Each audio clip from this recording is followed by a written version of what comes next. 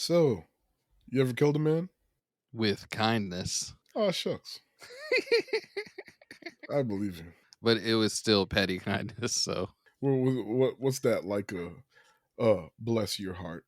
well, you know how like somebody will do you wrong and you don't really let it slide, but you keep doing things real well for them, like really stepping in and helping out until they just can't stand it anymore. But it's too late. They're stuck because you've been super over it. You like still helping out, still putting your best foot forward. And if they wanted to turn the tide, they would have to actually step up and either apologize or do more than you're doing. So it's kindness, but it's petty. I got you. I see what you mean. Hey, don't worry about it. I got you. You take off. I'll work your hours for you. Don't even worry about it. Bitch. Like why would it be a problem? I can't think of anything would make it a problem. Can y'all think of something? I love working here. I don't need a day off. Somebody, so you come up with a reason you need a day off, and they'll be like, "Oh, I'll work it for you." Like, no, don't even worry about it. I'll find somebody. Like, don't even let them have the satisfaction of like stepping in. But no, not physically. No. How about this? Do you have any mantras to put yourself into a certain mindset? What's the worst that could happen? Oh, it is what it is. I will step on stage for a show and like just in the first couple of minutes I'll like put my phone down so I can see the time and get my guitar, put a couple of guitar picks in my pocket, do a mic check, and then when the sound guy is like, "You ready to go?" It's just in my head I'll be like, "Yeah, about ready as I'm gonna be." And then in my head I'll just kind of be like, "All right, all I can do is mess up. What are they gonna know?" That's fair. So if your mantra is "it is what it is," and mine is sort of like "what's the worst that could happen," like it's probably a good idea for us to not like do any major planning of like an event.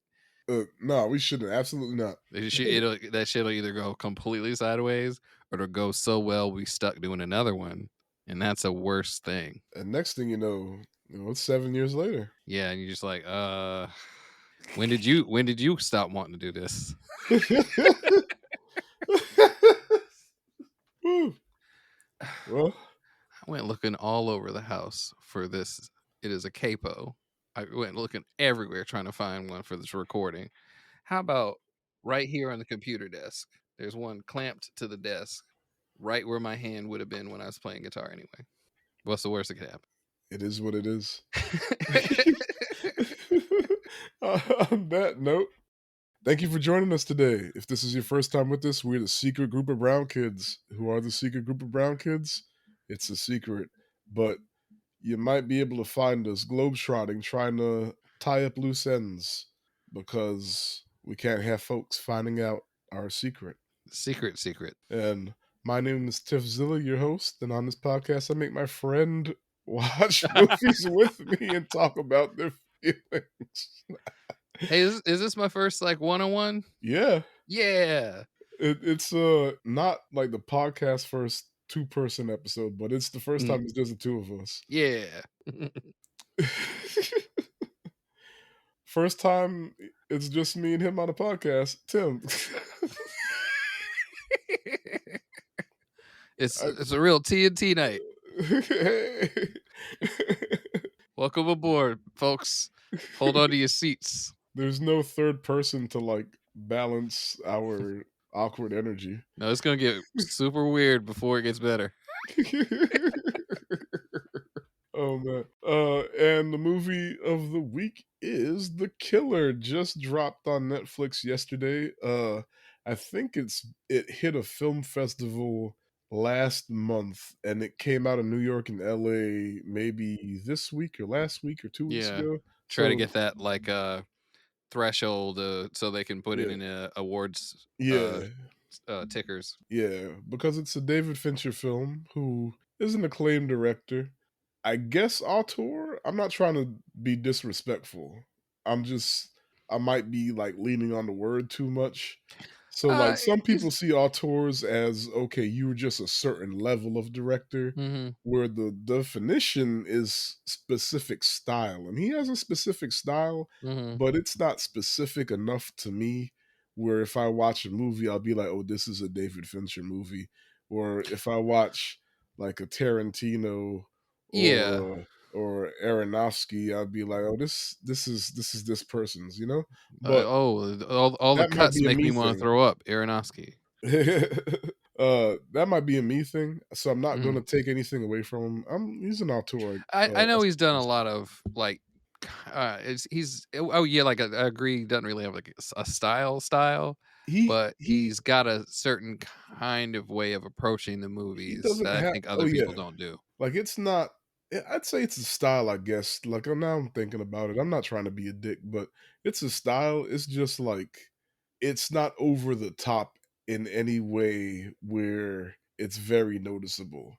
Like, to It's me, subtle his is good, style though. is subtle and methodical. Mhm. Like, every movie that I could think of that I've seen for Fincher is not necessarily slow, but there's always, like, a method to the pacing. The build. Yeah. He's the kinda director that gets all the Legos out of the box and counts them before they start putting it together.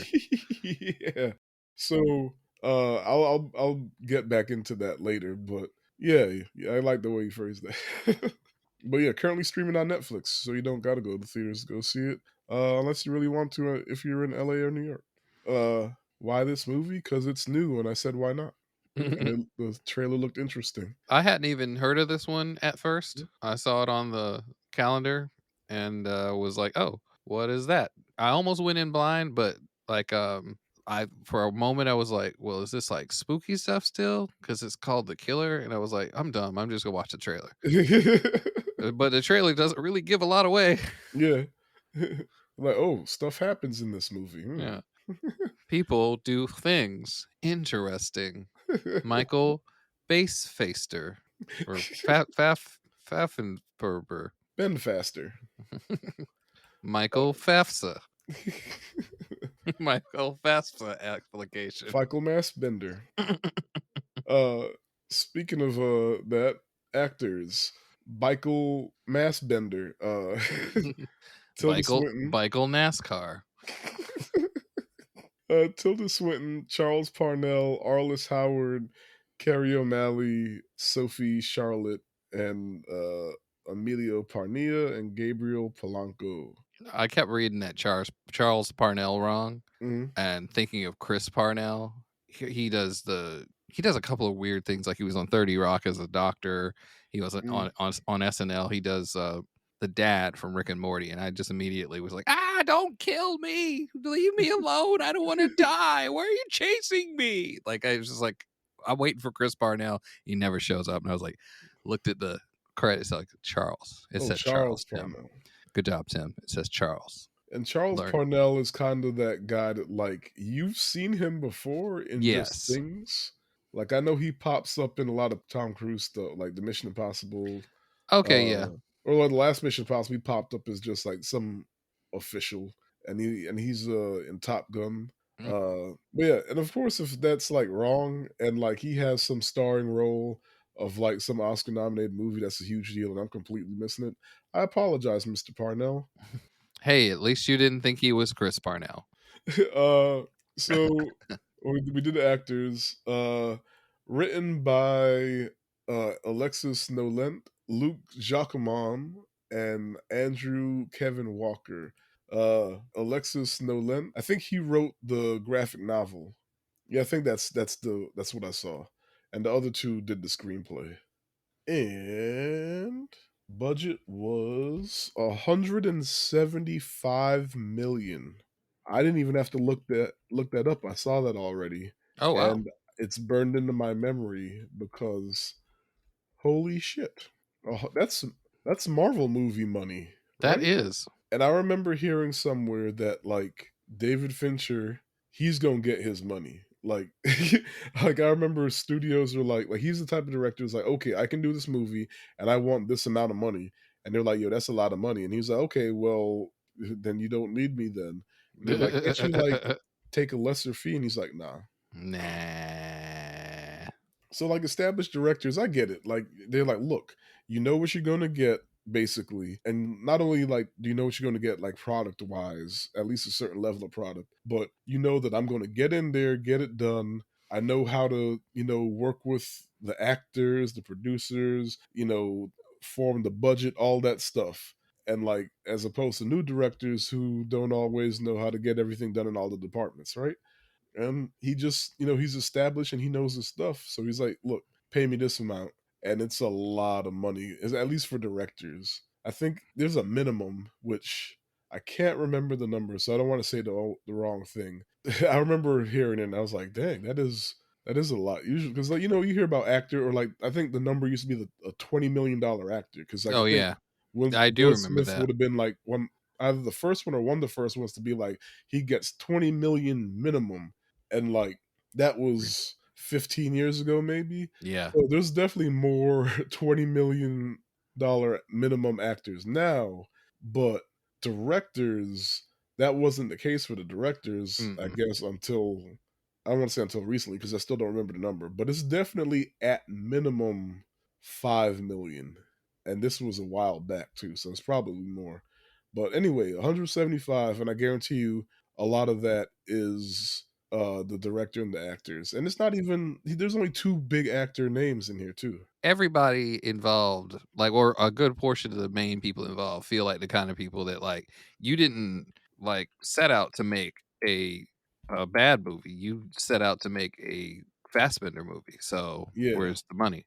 So I could see a lot of that money going directly to that, like you're saying. Just it's just straight up Let's the say front end money. Like you're not making that back out of cutting corners. You're paying yeah. the money up front to the people who are supposed to make the movie good. And Netflix is wild too. So like they'll get a number and be like, yeah, sure, not think of like not really try to fight it. Like how many Uh streams is that? yeah.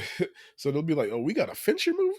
All right. And so Fincher probably made it out with like 10, 15 mil.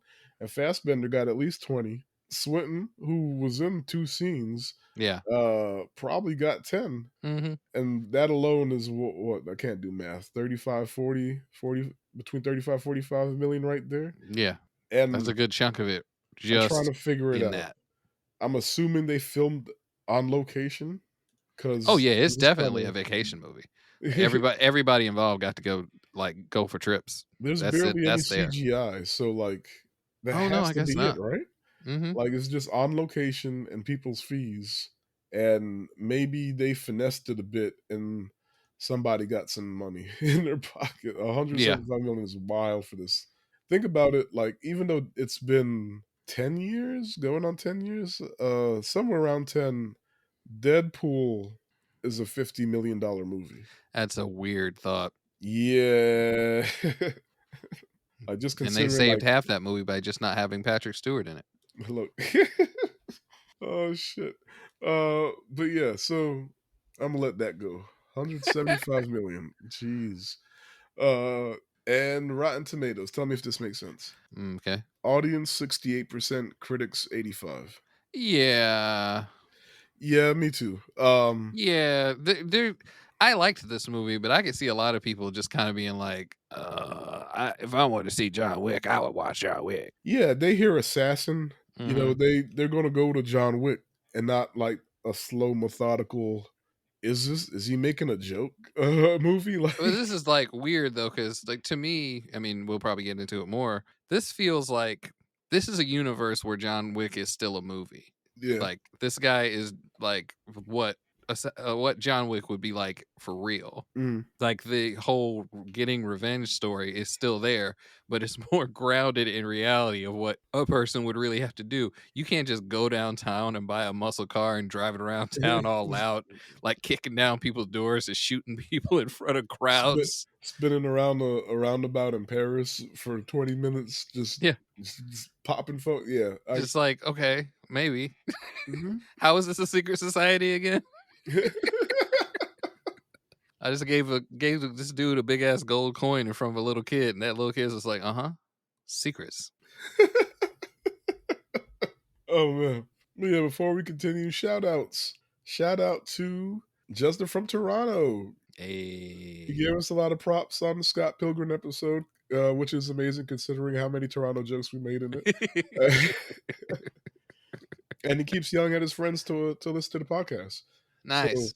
you, sir, are the MVP. We appreciate. And we're gonna give our spoiler warning. We're gonna spoil the movie. It's brand new, but it's on Netflix and it's easily accessible. I'm assuming I must stop saying that at some point because Netflix just keep every year they Yeah. raise the price. So at some point it's not gonna be easily accessible anymore. Okay, I But didn't look it up, but did you hear about Netflix having wanting to do brick and mortar stores? I saw that shit and I didn't open the article out of spite. No, no, I was like, I I just don't even want rejected to it. know what that is. Look, I'm I gonna was be like, mad. "You gonna kill Uh, Blockbuster?" what did And they then say on SNL? Oh, like SNL, he said, it's like a serial killer wearing the skin of the people he's yeah. murdered. Like, like how the fuck? I This, thought that when they did that, they put out a Blockbuster documentary or show, and yeah, they had a show. I was like, They straight up made a "What blockbuster show, y'all and I was like, what that's y'all doing? rude. That What means y'all" you had to buy the intellectual property in order to put that out, or at least get permission. That's Look, rude. look, there's victory laps, and then there's whatever that is. I'm still holding out hope because Blockbuster, because they technically still exist. Yeah. I think it's one store left, right? And Mhm. they're just out there. They teased the comeback, and I'm holding out hope that with Netflix shutting down Netflix DVD, it's Hey, Blockbuster.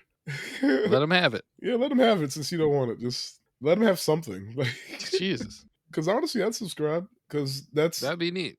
a You lot of keep some classic weird stuff open and yeah, get to and it do other, like, supplements, like, the whole, they might be able to find their little lane in between all these different streaming services now, so that's instead a of people having to get all these different streaming services, they can supplement their movies through the DVD system. that's definitely a way to try to get that done. I don't think it would be a bad thing. It's just whether or not they got the money to to get it rolling. Yeah, do y'all have the scratch to buy 40 copies of Bluey?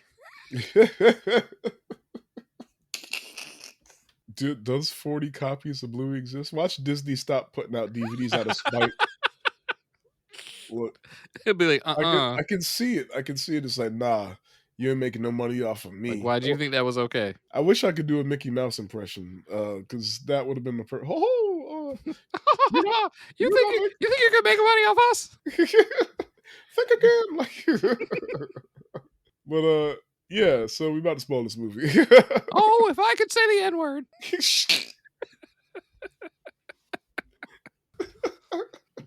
Yuck. So look, maybe we should stop doing the Mickey voice before No, we the get the mouse will show up. copyright strike this podcast, and then we got to re-record it in our own voices. The mouse watches. Call it Tim's version. Uh, so generally, real quick, how'd you feel? I was like, I sometimes feel like there's movies that remind me of a time period, and it kind of reminds me of the late 70s hard boiled like crime stuff. And I thought it was pretty good. Okay. It obviously had a like modern flair to it where like it was okay for the main guy to make a joke, but even if That they were very subtle jokes. yeah. But it was pretty good. I liked it. Okay. So film starts out with an assassin, Michael Fassbender, taking out a location for his next hit. And he narrates the scene and talks about how this kind of work isn't for people who can't handle being bored. Paris awakens unlike any other city, slowly, without the diesel grind of Berlin or Damascus or the incessant hum of Tokyo. Popeye the Sailor probably said it best: I am what I am. I'm not exceptional. I'm just a part. I I think I was saying to you like a lot of the movies I watch them I do just like some subtle like exercise, Mm. standing calisthenics stuff, knee lifts and like stretches and stuff. Oh, I thought you were making a joke about the movie. No, I was literally that's a thing I do Oh, like okay. probably the first 15 minutes of some of the movies. It gives me a little exercise and it kind of pops me further awake in case like I get sleepy during the movie. Okay. Obviously not something I would do in the movie theater, but I do it at home. And when I looked at the screen, Homeboy was also doing like exercises. Like, okay, whatever. I was like, you just trying to copy me. But but I also cracked right up when he said, "It's probably the sailor probably said it best." I was like, "Motherfucker, better not." And he said, "I am what I am." I was like, I am what I am. But honestly, isn't that the only Popeye that's the Popeye phrase. That's it. That and the glug glug glug glug glug or whatever, right? Like, and then he's like, "Luck isn't real, nor is karma, or sadly, justice. As much as I'd like to pretend these concepts exist, they just don't." So, I'm laughing at the narration. I watched it twice. This is one that I gave it an honest watch, and then I watched it again to build out the template, and like it got funnier the second time because the narration's just like I'll explain it in a bit, but Mm, yeah. go So we ahead. see him go get some McDonald's and continue to scout the area and return back to his an unfinished apartment, like several stories up, right? And he's like, my camo was based on a German tourist I saw in London a while back. No one really wants to interact with the German tourists. Parisians avoid them like the rest of the world avoids street mimes. What is- Uh, he put the outfit on and was like, uh, yeah, I don't want to talk to that dude. It was fair. Oh man! At some point, he has a sniper rifle out waiting, and he hears someone coming to the door, but it was just someone throwing some mail on the floor and leaving. And like eventually, he goes to sleep on the table and keeps getting woken up by his watch. But then he go back to sleep. But at some point, he sits up and notices the maid of the penthouse he's watching opens the blinds, and his target pulls up to the building. So finally, it's on. He puts on some music. The Smiths. How soon is now? Mhm. And he says, at this rate of subsonic rounds, drop is not an issue. I just need a pulse rate under 60 and a measured squeeze so vintage glass can't alter the trajectory. He waits and waits for the right shot as his target moves around, and then a lady in sexy clothes comes out, making it a bit trickier, but he still waits. Meanwhile, he's reciting the rules. Stick to your plan. Anticipate. Don't improvise. Trust no one. Never yield an advantage. Fight only the battle you're paid to fight. Forbid empathy. Empathy is weakness. Weakness is vulnerability. Each and every step of the way, ask yourself, what's in it for me? This is what it takes. What you must commit yourself to if you want to succeed. Yeah, I mean, is it too much to already throw out that throughout the movie? Like let's gloss right over the fact that he says anticipate, don't improvise. I mean, in order to anticipate people's moves, you must be willing to improvise. So those just those just call each other out right there. They cancel each other out. Those two things. I just want to point out. I don't want to get too far in the weeds. He breaks every one of these. Listen, listen, It's so great. I love it. Like, cause think about this whole part. Well, I'm gonna get to it in just a Mhm. second. Okay, so we see him checking his pulse rate on his watch over and over, and the last time we see it checked, it's at 65 BPM. Remember, he said it has to be under 60, 60. and then he takes the shot and he misses, and instead he hits the dominatrix, and the guy's security rushes in and shuts the blinds. Mind you, we're 21 minutes into the movie at this point. It took Yes. 21 minutes for him to finally take a shot. So for 20 minutes, we're sitting here listening to him like He's talking about his rules. He's talk talking about his about the rules and his mantras. He's routine. Just look, look, and then he misses the shot. yeah. That shit is funny. No, I was immediately because does when he when he takes the shot, does he literally stop in the middle of one of his mantras and just go shit? Shit. Look, look. It, and I think so many people are going to watch this and completely miss the comedy of it all. No, it's immediately It's hilarious. so dry. It's so dry. We spent 20 minutes, Tim, listening to this man just talk himself through it. This is my routine, and this is my camo, and this is what and I only eat the protein, and I Yeah, have to like everybody goes to McDonald's. Who cares? like Nobody's dude. going to notice you at McDonald's. Not even the advertising executive that paid to make sure I went to McDonald's. Oh man. and then he has his rules, and he's reciting to himself, "Stick to the plan, anticipate, don't improvise, never yield an event," and over and over and over. And mind you, I'm giving it more energy than he did. Like, when Mhm. he's talking, he's very deadpan, He's like monotone, he's less but he's even less monotone than Sherlock yeah, in the Robert Downey Jr. films. Because while yeah. Sherlock talks fast, he never really gets into, like, a melodic way of speaking, it's always very flat.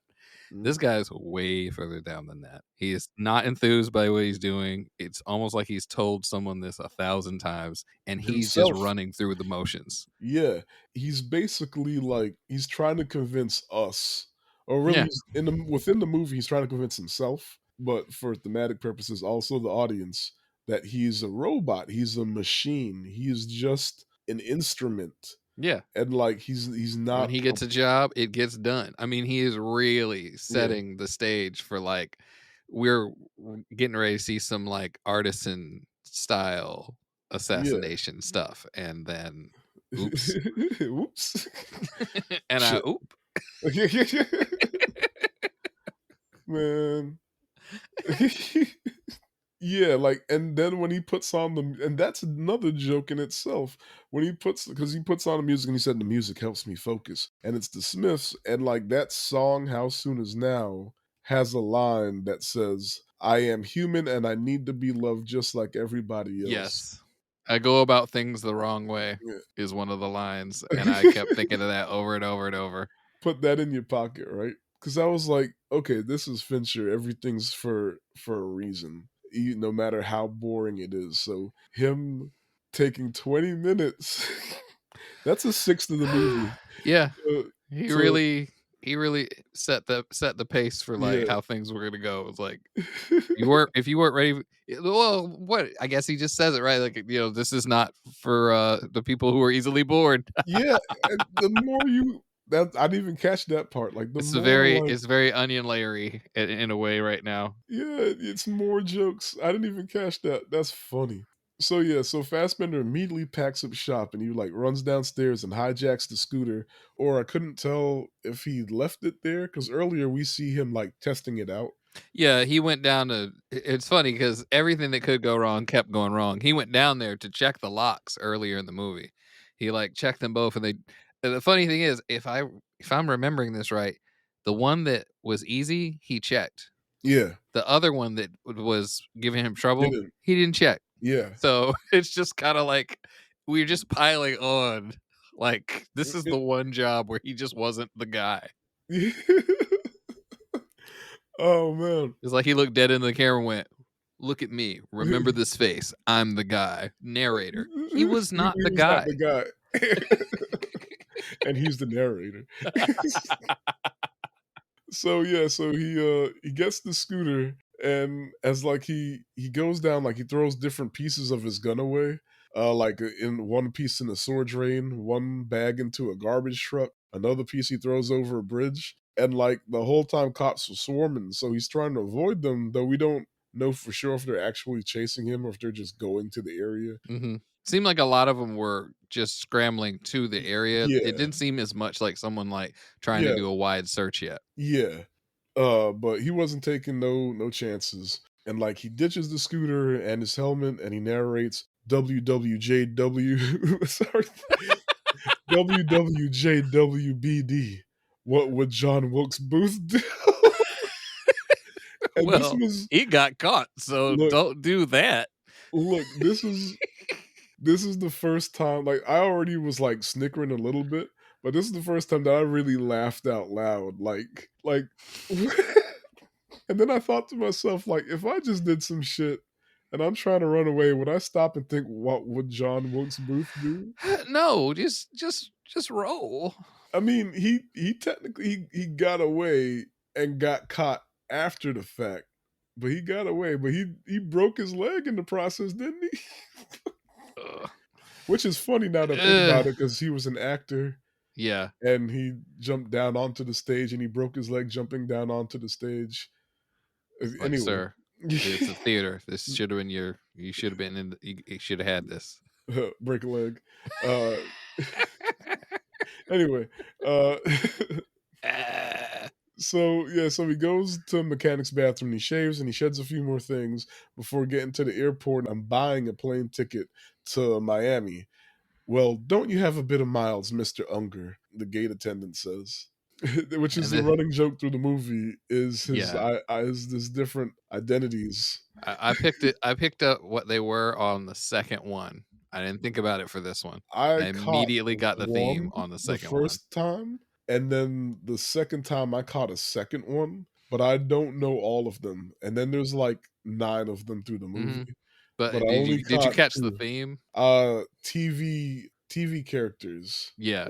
I So thought they were TV Archie dads at first, I got but Archie they're Bunker all and George Jefferson, but I don't mhm. know the rest. Archibald Bunker, Yeah. Unger, I think that's one of the guys from The Odd Couple. Okay. Unger. That's the first one. But it took me the second name for me to realize, oh, he's got a theme, which I always wanted to do if I wrote like a crime thing. I wanted a group of 4 people that like rob banks together, and they always pick 4 significant characters. Like they open the bank, they're like, "All right, Leo, you got that vault open yet?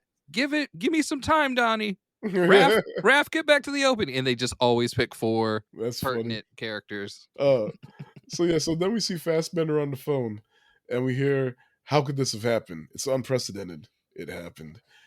Is that what you suggest I inform the client? It happened? Is that a problem? Obviously, it's a fucking problem to say the least. The window of opportunity is closed for now, for I don't know how long. Jesus fucking Christ. I'll offer to make it up as right as humanly possible. I'll tell him we'll do whatever is necessary. Let me know when you." And Fassbender hangs up and destroys the phone. So I know right then he knows the normal protocol, and Mm, he's yeah. you can tell he's like already frazzled about it. Yeah. And while on the plane, he notices a guy in a suit and shades up in first class look at him. And afterwards, in the Miami airport, when moving through to his next flight, he sees the same guy again, then again at his gate. And like this was too much of a coincidence. So Fassbender gives up his seat because the flight was overbooked. How is that legal? And we hear the gate agent say, "Thank you so much for agreeing to give up your seat today, Mr. Bunker. This entitles you to a room voucher this evening and free drink tokens on your flight tomorrow. You'll fly out first thing in the morning and it's a direct flight to Santo Domingo." So this one's all in the family. Yes. Okay. It's Archibald. I Archibald Bunker. he ever give me that idea, I'd have been like, like Archie Buncher. That's funny. He would have just looked at you, blink. Next time I go to take a break, oh, I got shot by silencer. Pop pop. uh, so I thought about this, right? So from France, from Paris to Miami, and now he's gonna fly from Miami to Dominican Republic, right? But Yeah, the second flight is under a different name. Like it wasn't a connecting flight; it was 2 separate flights because the second flight is under a different ID. I Because the think he's first one picking was up. Mr. Unger, and then the second one was Mr. Bunker. Yeah, So I he think he's picking up already different tickets. Like yeah, he's not yeah, even doing full connection flights. Like yeah. he's being a different guy in the airport. Yeah, that's what I'm saying. So the fact that this dude ended up on the same other flight was too much of a coincidence. So Mhm. I get it. Yeah, I get being paranoid about it. it Also, he makes looked at him. yeah. He looked at him funny. So I get it. Yeah, I mean, the people he works for, he probably knows how efficient they can be. So Yeah. And he knows he's not the only one. Yeah, he can't be the only assassin. But yeah, so then we see him at his hotel room for the night, get room service delivered, and he places a glass on the door handle and the metal plate cover from his food he puts under. And so like the glass would fall and clang on the metal food yeah, cover. Uh immediately enough to wake most people up. yeah. And he takes the steak knife and he goes and posts himself up in the corner in the chair and turns the lights out. So he's paranoid as shit. Yeah, So Fassbender arrives at Santo Domingo, gets a rental jeep, and heads off to a secluded gated property by the coast, right? When he gets there, he sees boot prints and cigarette butts on the ground, and he starts to silently freak out. And like this man, like, so once again, we spent 20 minutes listening to him yep. basically talk about essentially how he's not human and he's a machine, he's a calculated instrument and can't have any emotions, yada yada yada. And like he sees these boot prints and these cigarette butts, and like you can see it on his face because he doesn't say anything, but he loses his shit and he immediately pops open the glove box, pulls out a gun, hops over the gate, and like the run he does the strongest white man run. No, he's steady. He is Yeah, ready to get in there. look, and like it's not like I don't know why I thought the run was so funny. Like it's not the way CJ runs from San Andreas. Like No, it's he had that his back was straight. he had that Forrest Gump gait. Yeah, yeah. That's exactly what it was. His back was straight. Yeah, just up and down like Or like the Terminator run, the or not the Terminator, the T1000. yeah, the T1000 run. Look, that's what I mean by the strongest white man run. Put the T1000 versus Forrest Gump. Oh man, See who makes tracks. versus Michael Fassbender. Just Michael Fastbender. Oh my god. I apologize. It's okay. If friend were here, he would have made the same.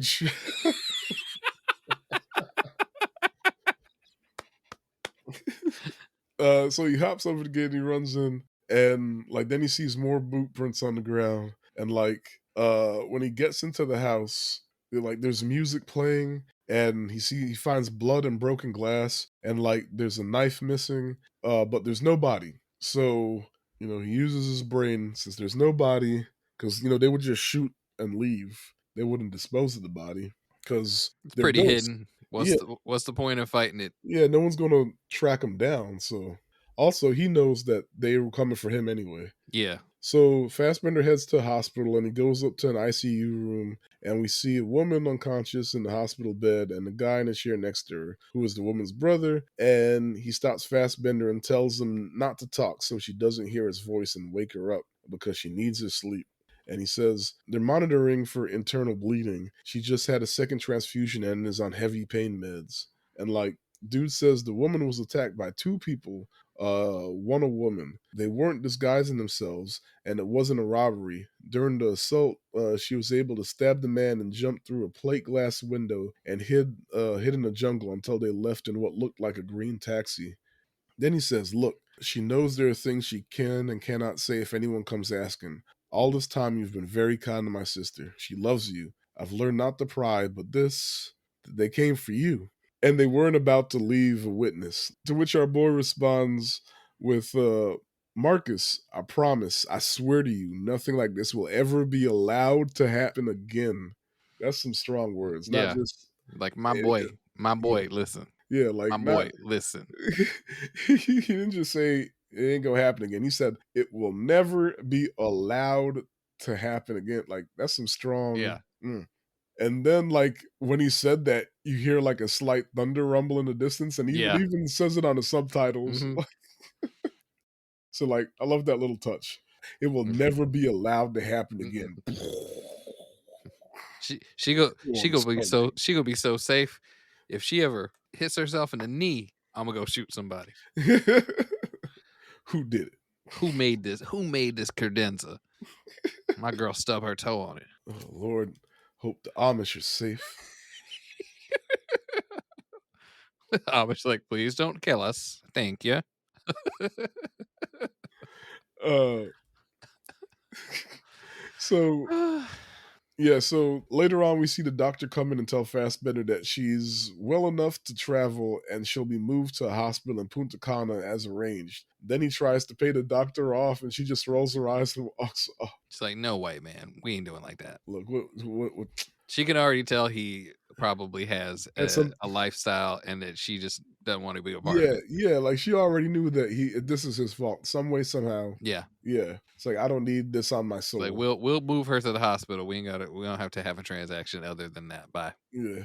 And the injured woman wakes up and tells him that she didn't say anything. She pushed through all just so she could see him again. And like you could see on Fassbender's face, like this just adds like more heaps of burning coal to his soul. Mm, Like, he doesn't say much, but, like, when he's, like, nervous or, like, emotional, the camera starts to shake.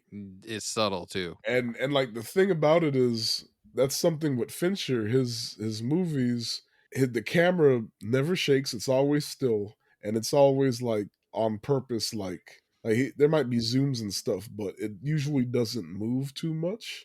So, like, I don't know who came up with the idea, if it's him or the cinematographer or what, but they did it in post. So, like, the camera was always on a dolly. There was never any shaky cam or like, Hmm. what's it when the dude's just carrying the camera around? It was always on a dolly. But I guess they had the idea afterwards, and in post they made it shake in Whoa. like his emotional moments or when he was like unsure or anxious or whatever. That was kind of neat.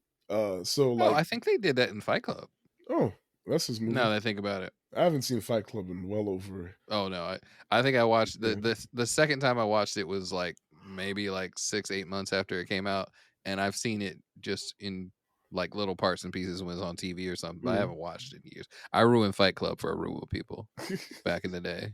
I literally walked in and all my friends were like watching Fight Club. I had to go, but I was dropping something off and I had to go see my girlfriend. I did not feel like staying with the white people and watching a movie, and I was like, "Oh, is this that Fight Club movie?"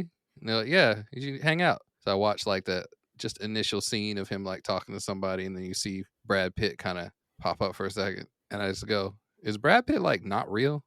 Like just off of seeing that one spot, I was Oh, you like, hadn't seen the movie yet? I had not seen the movie, Oh, and I just went, is Brad Pitt? This is like the year it came out because they just got the DVD or the VHS tape from the video store, yeah. and I just went, is Brad Pitt like not real? And my friend goes, "Hey, weren't you gonna go?" I was like, "Oh yeah, I'm gonna take off." It was like 6 people in the room. I ruined the movie. Damn. I I felt kind of bad, but I would have been the friend. Weren't you gonna go? yeah, like, weren't you take you supposed to take off, right? Standing in the back like, oh. It's funny now though.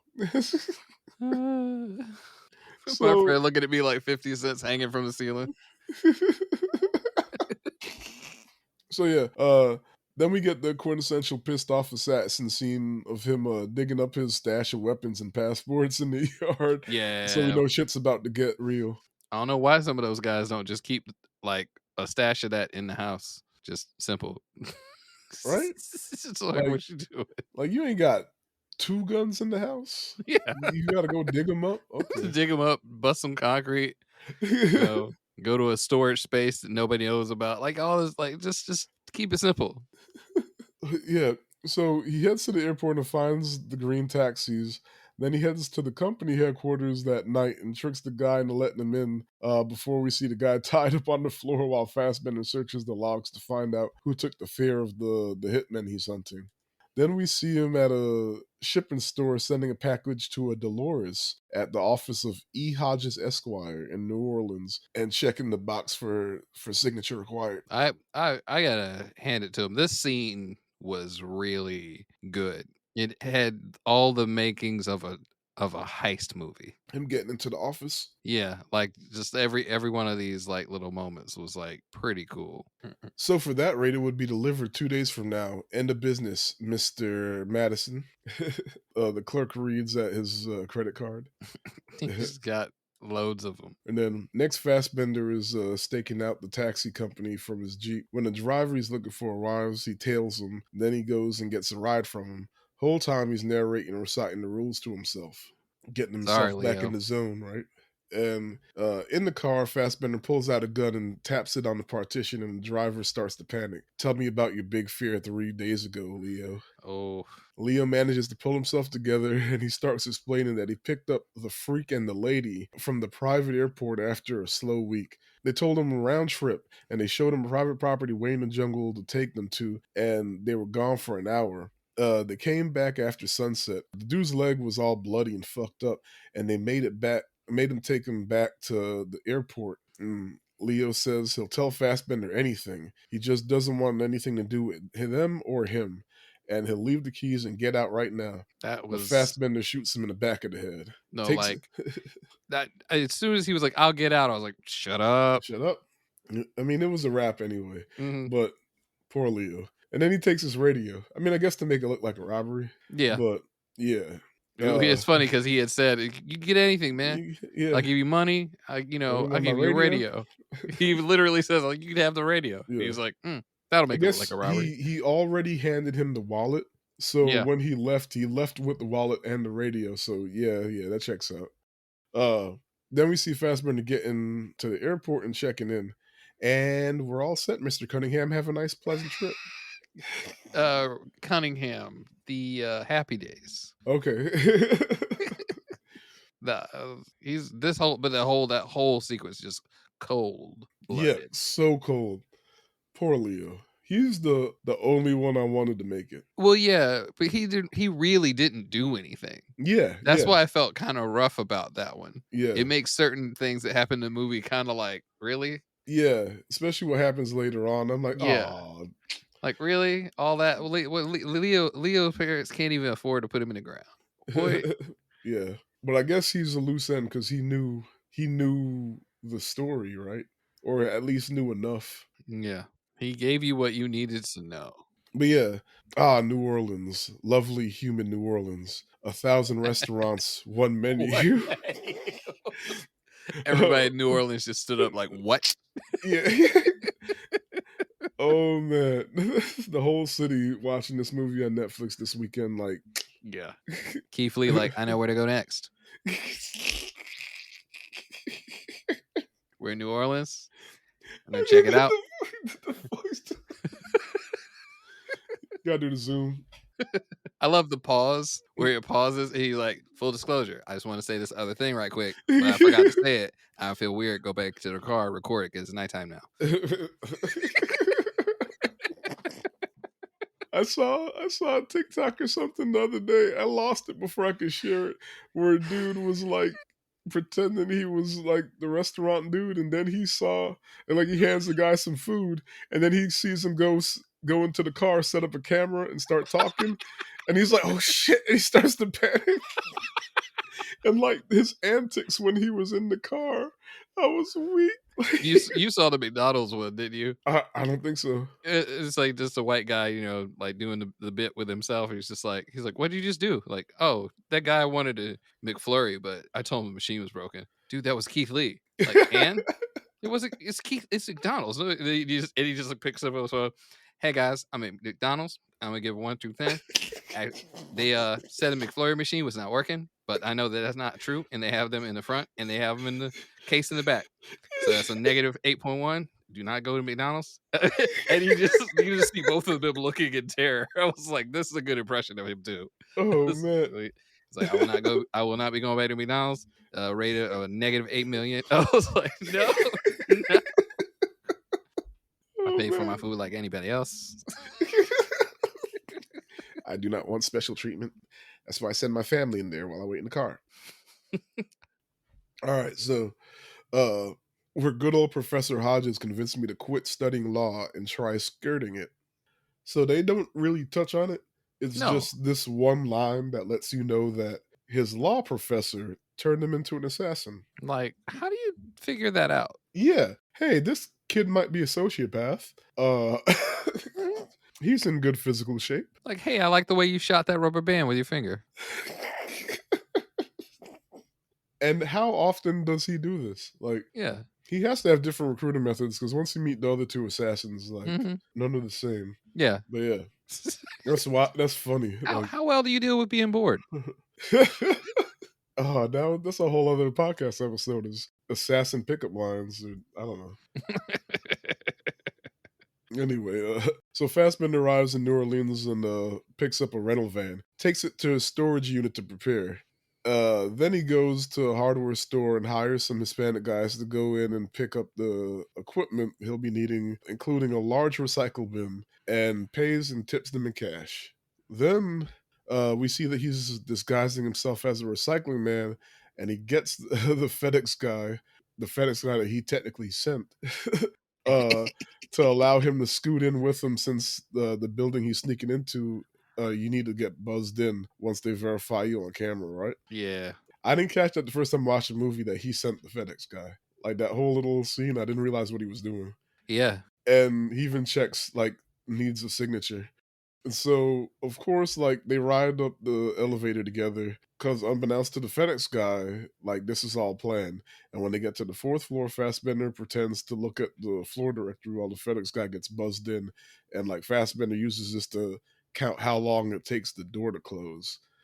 Then he pretends Yeah. to drink some water while from the water fountain while the FedEx guy leaves, and then as he gets on the elevator just in time, Fassbender stops the door from shutting. And then he reaches into his recycling bin and pulls out the case he got from Home Depot, whatever, and a handgun. Do do do do do do. Real doers do, or is that their slogan? Uh, Something like that, right? Yes. So the secretary Dolores immediately recognizes Fassbender and starts to panic. She brings him into the boss's office, Edward Hodges, Esquire. And Fassbender pulls out some zip ties while he gets him tied up, and Hodges protests. Let me get my his voice, or not his voice, but like the way he speaks, so is hilarious. Because Oh no, he's an black people will awful. understand this. Like just hearing his Mhm. cadence. It is condescending Yes. Yeah, immediately. like, thank you for explaining it. You use better words than I would have used. Just flat out like condescension from the jump. This Look, man has a gun in your face, and you look, just like, it's not my fault that he you're a dummy. Like, what the? he's the old black man that, like, worked hard for everything he got, and now he just knows he's better than you. Mhm. Because like, there was, like, the chip on his shoulder, and now he's just, like he knows he's distinguished because he worked to get there. He Like, built his own ladder. He yeah. used it to climb the top, and then he pulled it up, broke it up, and Yep. burned it in his fireplace. Yeah. So picture that guy talking. Good God, what could you possibly be thinking coming here? This is very unlike you, my friend. Care to explain yourself? Because I can't conceive of anything I could offer that could be worth the risk of exposure you're risking right now. Insanity. There's no other word for this. Insanity. Surely you can't be angry at me. And like Hodges continues and scolds Fassbender for going home. You went home? How could you have? Realizing my hands were. You had to have known. You must have that I had no say in the matter going forward. And still, you went home. And the Fassbender's like, "Who are they?" And he's like, "Who are they? First of all, who cares? I barely glanced at the invoice, which, if I must say, is very much beside the point. The consequences when someone's wide of the mark are automatic. However regrettable, there's an obligation to the client and calling. I was forced to make amends to a very, very, very powerful man. Never in my wildest imagination did I think you'd actually go home." So let's dissect that. Hmm. So emphasis was on you went home. And he also said that he had to do it, kind of thing. You know he had to do it to him. Yeah. Like, because you messed up, there's protocol in place that means you had to die. But you went home. So I sent the assassins to your house because I assumed you knew better than to go home. So like, It well, all in sounds like disingenuous. yeah, so in Hodges' eyes, he's like, I tried to help you out, even though he's the one who sent the assassins. Yeah. I tried to help you out because you should know better than to go home, because you should know that once you mess up, like, you got a hit on your head. You should have just disappeared. That's how it works. But then you went home. But also, he kind of said it without saying it. Or no, he kind of spelled it out that he sent the assassins. Yeah. Like, as you said, he didn't have a choice. His hands were tied. This is how I made things right by telling the client that you'll be taken out, basically, right? Yeah.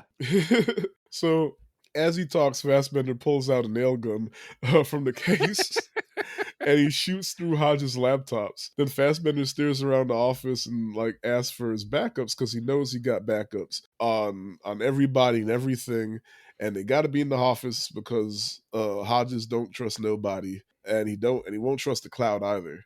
And like Hodges is like, "Who do you think you're trying to intimidate? There's no upside. The only logical choice for you is to turn around right now and walk out that door. Go embrace your next life." And like even So you got plenty of money. You should just get yeah, out of not here. just you got plenty of money, you have plenty of money, no thanks to me. Yeah. He's Bro. like he's still crediting himself while he's chastising this man, telling him he needs to go when he the one tied up. Yeah. Look, You gotta love somebody tied up who is talking shit. yeah, Dolores tied up in the bathroom, just like, look, I'm about to die. This man won't shut the hell up. Oh shit. So yeah, then Fassbender shoots 3 nails in the Hodges' chest, like real smooth. His Pop, pop, pop. whole this part with his methodical, like, okay, got 3 9-gauge nails in his This shit is chest. funny. He should last 6 or 7 minutes. Yeah, he's He's 180 pounds, yeah. non-smoker. He's just thinking about, like, 3 nails in the chest shouldn't be too bad for this guy. And what happens? He's like, look, just give me the information. You got time, and I'll call 911 for you. And Hodges falls over and dies like almost immediately. Because he has 3 nails He in has his 3 nails in chest. his He's chest. bleeding out. And like Like, who told you for the this? second time in the movie, Fassbender's like, shit.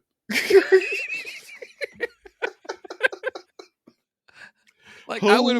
would have believed him. Like, I would have believed that he knew what he was talking about if he had shot Look, one nail in his upper arm look, or something. look, He I'm an would idiot. have been dead in his chest. I'm an idiot. I saw the 3 nails go in, knew he was dead, and then he started explaining the science behind it. I was like, "Oh, okay, he got time." And then he keeled over and died. And I was just Pikachu with the shock face. So is he. But he said he was 180 pounds and a non-smoker. Me It and should last Fassbender 6 or standing there 7 like, oh. minutes. And now, oh man.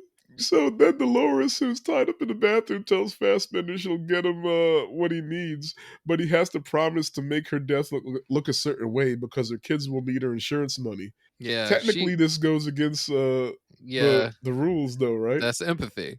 But Yeah, we're already like knee deep yeah, we in it. into revenge, which Yeah, is also a feeling. we're already breaking rules, so why Yeah. why not? Yeah. So There's a point at which she grabs some medication off of the yeah, wall, I and I didn't. was like, "Oh, is she gonna kill herself? Oh, that's terrible." And I think she thought it over because you see it thrown on the floor later. I Yeah, think she thought it over. Like, if I die like this, yeah. my kids won't get my insurance money. Yeah, that had to be it because I didn't catch that. I caught her that she grabbed the medication, Hmm. but it didn't. Nothing came of that. So, but I didn't see that it was thrown on the floor. Hmm. Like, she thought that shit through. Like, Yeah, I got the wrong thing. she had just enough time because she knew that Hodges was dead. Like she knew what time it was, but Hodges was so arrogant that he was like, "Nah, I'm gonna talk myself out of this." He even Hodges is up in heaven right now, trying to walk his way to the front of the line with Saint Peter. look, Get out of my way! I've got to talk to Saint Peter about this. Oh, you look. ain't even supposed to be here, so I'm not bye. gonna say no names. Look, there's a certain old black man of a certain age in my life that I know right now how his face would look in this situation. Like, I love it. I love him. I love him. I'm not. I mean, I'm making fun, but like, it's out of love. Like, he he would he would be that. Like this line is taking forever, and he's up there like, I'm gonna go up there. yes, yes. I'm going up there. Oh I'm gonna man. spend eternity in this line.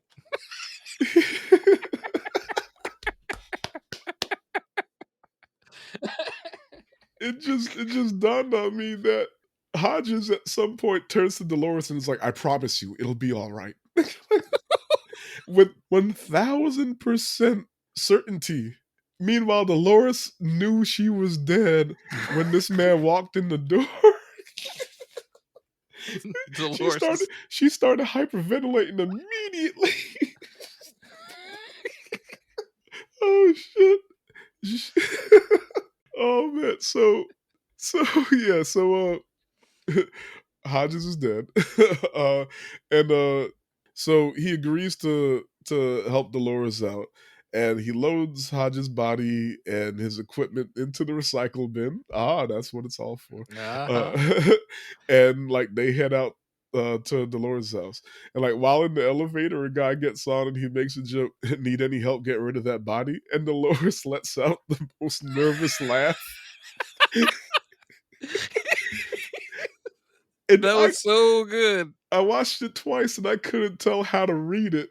Like obviously it's a joke, but also she played it perfectly because I couldn't read it because it was like, The awful was nerves. she scared? Was she like genuinely laughing?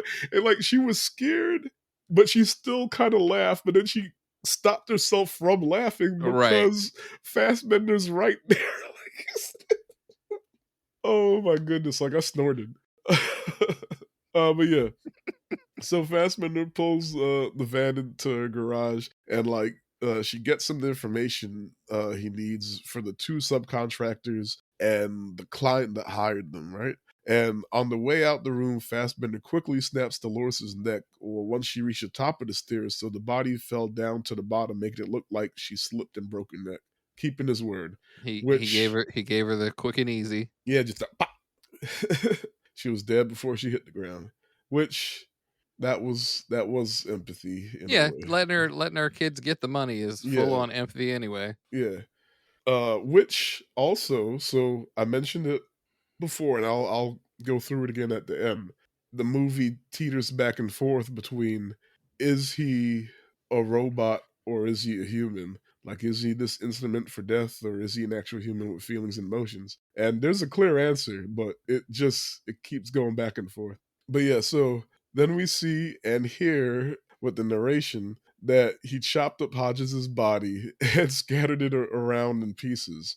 If you don't want a puzzle solved, remove a piece or two, scatter the rest. What's the expression? Measure twice, cut once? I don't think that applies here. But it was like as he said that, you saw like the hacksaw come out. So once again, like that was him like trying to make a joke. Barely. It's like that's not Barely, where this goes. right? It doesn't quite anyway. uh you're not building something anyway. Uh yeah, so after he drops off the Avis rental van and picks up a Hertz rental car, he heads to Florida. All right, she's all yours, Mr. Kincaid. Kincaid is do I know this one? Is that the nanny? I'm not sure. I'll let it go. Well, here, let's so Partridge Family. I know that one. Uh mm, No, I wouldn't have known that one. Reuben Kincaid. so yeah. Ah, the Sunshine State. Where else can you find so many like-minded individuals outside of a penitentiary? What the fuck? Pop, pop, Just pop, pop. rude. Shots fired. Just rude. If our one person listening to Florida is who I think it is, they're going to take offense to that. She does not like Florida jokes. Uh, but yeah, so Fassbender drives past the address during the day real quick and notices they have a giant dog. Then he goes and buys some meat. Then he tells them that night to a casino slash strip club. And of the three guys, he sees one has a limp. Then he heads back to the house and waits for them to get home. And like Fassbender's watches beeps because his heart rate is high and he scoffs and he takes it off and he heads out. So this is the brute, right? The one that really did the assaulting of his girlfriend and like got stabbed in the leg. Yeah. This guy is played by Salah Baker. Guess who he is? He's the dude that played like the main Urukai dude and Saruman in not Saruman, Sauron in Lord of the Rings. Oh God. That's Yeah. crazy. You remember how in Lord of the Rings the Just that all one the that brown spoke. actors were just orcs and Urukai? Yeah. Yeah, but like the big one, the big dude that we kept seeing, like I think he's the Meat's what's back the on the baby got the menu. back in the menu? Yeah, that's it. Wow. Yeah, man flesh Uruk. I feel like that's kinda crazy because was thinking to the whole time, like, "Man, this guy's doing a really good Aquaman impression." I tell you what, he looks young as shit because he was a full grown man Yeah, like, in my that was my 2001 when this came out, and, that was like, my image of the guy. He was, like, just a young, loose cannon kinda dude. yeah, and, like, I didn't realize it was him, and here we are, over 20 years later, and he still looks the same, like, he still looks young. He's still technically wearing a mask in the movie because all that blood on his face. Jesus. That I'd have stopped the fight right then and been like, "Hey, man, wrong house. Look. We cool?" Dang, yeah, Salah Baker. Apparently, he's been in a bunch of stuff, and I just didn't realize that was him. Mm. Uh, I mean, he threw down in that house. He look, broke stuff like it wasn't even his place. oh my god! Like, look, so, so Fassbender gets out, and like, first he throws some meat over the fence at the dog. Like we saw him buying the meat earlier, preparing. Mm. That contains some extra seasoning, and he waits for it to do its thing, and then he slides into the house. So he like Okay, knocks the dog out. so again, this dog doesn't even stay asleep as long as he thought it was gonna be asleep. Yeah, because he even says it in the narration. He was like, "Okay, for a dog at 100 and whatever pounds, it would take Y this much Doricloxahydroxone or Yeah, whatever the it's just hell the like a drug is called." 70-pound dog should go to sleep Yeah, for at least 8 hours. yeah, And I was but kinda like, but "That she dog is looks a little clearly not bigger. 70 pounds." He was like, "She looks a little bit bigger, A little. a little bit bigger." How did this guy make it through any of his jobs? It's funny. It's so funny, and like he's so sure of himself, and then when he, like even when he second guesses himself, he kinda shrugs it off. She's just a little bit bigger. But, I mean, I don't know, like, that's how white people move through life, Yes. or at least white I men, was like, thinking I was gonna say, like, he's had a veneer of whiteness to save him all these other times. This look, time he just finally it's like the it real just him shine through, yeah. maybe? Man, he was just like he knew, but he went in anyway. Anyway, Yeah. he waits for to stop hearing the dog, I guess, and then he slides into the house. And like Fastbender moves through the house, like we hear the shower going, and Fastbender kind of gets distracted looking around, and then he gets blindsided by the target. And like this, I said this big Roman Reigns looking motherfucker. I Man, mean, he could probably be Roman Reigns' dad. Like I didn't even. He just looks no, he's so definitely young, old enough to be that bruh. old. He looks amazing for his age. Like, shit, dude's. Let me see if his birth date is born 76. Holy shit, he's That's a year only older than me. wow. What's that? 46, 47, That's 46. 46. I will be 46 this year. So, dang, So that means in Lord of the Rings he was 22 maybe when they something like that. filmed. But Wow. damn, that's a lot. Yeah, but still, like he looks maybe 35 in his People headshot right wild. now. Hey, anyway, I'm gonna look. Shout out to him. He drink a lot of water, eat a lot of fruit. I Yeah. guess he minds his business, goes through a life unbothered. But so the fight starts, and man, they tear this house up. At one point, Fassbender grabs a glass bong and smacks him with it. And then you just see him like, well, you don't actually see it happen. It just cuts to like the hallway, and Fassbender flies through into the Just wall. just taken out. He threw he threw this man, and then like the way the camera. Remember, I told you the camera would be shaking whenever Fassbender was like off Yes. his game. Mhm. Every time dude landed a punch or a kick, the camera shook. So that like added to like how big he was. It was kind of terrifying, really. Look. So yeah, so like eventually they made it to the fireplace and like Fastbender gets a hold of a poker and then he starts whipping the dog shit out of him. And like the big dude falls back on an overturned table because at this point they've been fighting for like 5 minutes. He falls on the overturned table onto the leg. Like, ooh. Yeah. And when you think about it, like they don't explicitly say what happened to the girlfriend. I mean, I guess they kind of do, but it's They easy to miss. imply. Yeah, they imply it, right? They don't say the word, but they imply what happens, especially later with Tilda.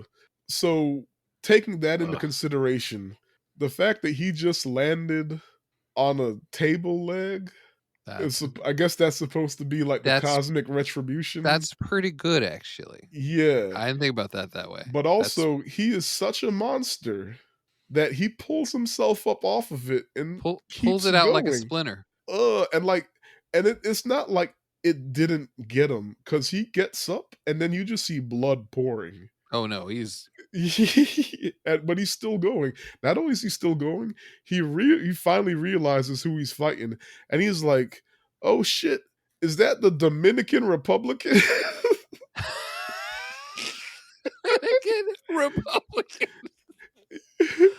And Like like too much. he starts talking shit, and like Fassbender had like when he fell onto the table leg, Fassbender ran away, and he was trying to find the gun that got smacked out of his hand in the beginning of the fight. And like he runs through a bathroom and into the bedroom, and he slams the door behind him. And the big dude, Florida man, is on his tail, even though he's like losing blood. And Good this lord. he gets close enough to the door, and once Fassbender gets the gun, that he shoots through the door, then kicks it open, and like dude's on the ground now. He got shot twice, and then he finishes him off with a headshot, and like the bullet like goes through his head and cracks the toilet, but it also wakes up the dog. Yeah, that worked real good. So I guess that's the answer. It was only asleep for was that 10 minutes? Yeah, maybe Uh, 15 depending. so this big ass was it Pitbull? Big ass Pitbull comes charging in, and Fassbender hauls ass. The music changes and everything.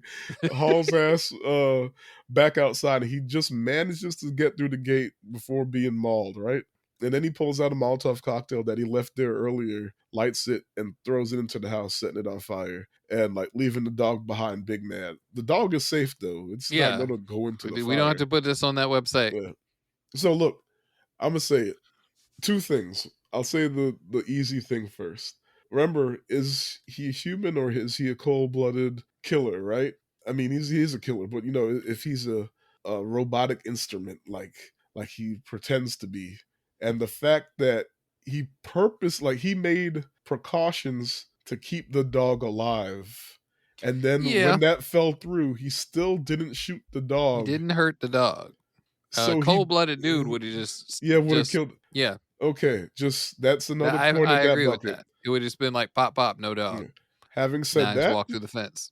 if I was in Fassbender's position and white people are about to stop listening to this podcast right here and now, I apologize. I would have shot the dog. Look, look. I got somebody in my friends list. Like I low key get mad because she's done this before, where she just straight up says, "I just saw this movie. The dog dies," and I'm like, "Yo, like you know me. I don't like You know any. the website. You've I seen don't. it. I don't know it was a website. There's a Does website the because called Does the Dog Die? no? I'm like, I believe it. If there's a website that was is DMX in jail, I believe that there's a website. Rest in peace, DMX. Uh, I hope that website is now like a memorial for him. Oh yeah. But yeah, like I hate spoilers in movies so much. I don't want to know nothing. Even so, if you even tell me that the dog dies, I get mad. Not because that the dog died, but because you just gave me a spoiler for the movie. Yeah, Look, I now I have to think about when it's gonna happen. yeah, like don't tell me that the movie has a twist. Yeah. Yeah, because now You I'm can tell me if you thought the movie was good. yeah, that's it. That's it. You can even tell me, hey, Michael Fassbender is good in that. Yeah, that's it.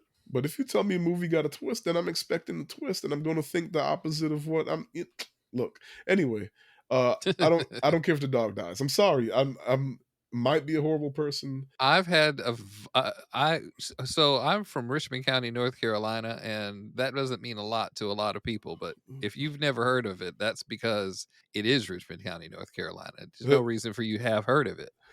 And my dad had a lot of cars in the yard. He had multiple trucks, and we had a lot of dogs. So I'm just kind of used to pets dying. I still cry. I get upset. But Yeah, you get attachments. I'm used to pets dying. When we were burying one of the dogs, we had to pull it out from under a truck with a big piece of we rolled it onto a big piece of plastic like an old like trash bag, and Yeah. we're carrying it, to where we dug a hole for him. And I was like, "Man, Buddy, you smell." His name is Buddy. I was like, "Buddy, you smell." My dad looked at me like I was a monster. I was like, "What?" Like, I mean, I he know you smells smell bad. it. I'm supposed to. So I'm not completely desensitized. I can never say that word. My Desensitized. Yeah. sensitivity is fine. I'll be Yeah. okay. But like sometimes dogs die. Yeah. I mean, I know you. I mean, I don't know if your father knew you in this moment that dark humor grounds you, but Yeah, he gave me a look. well, yeah, it was.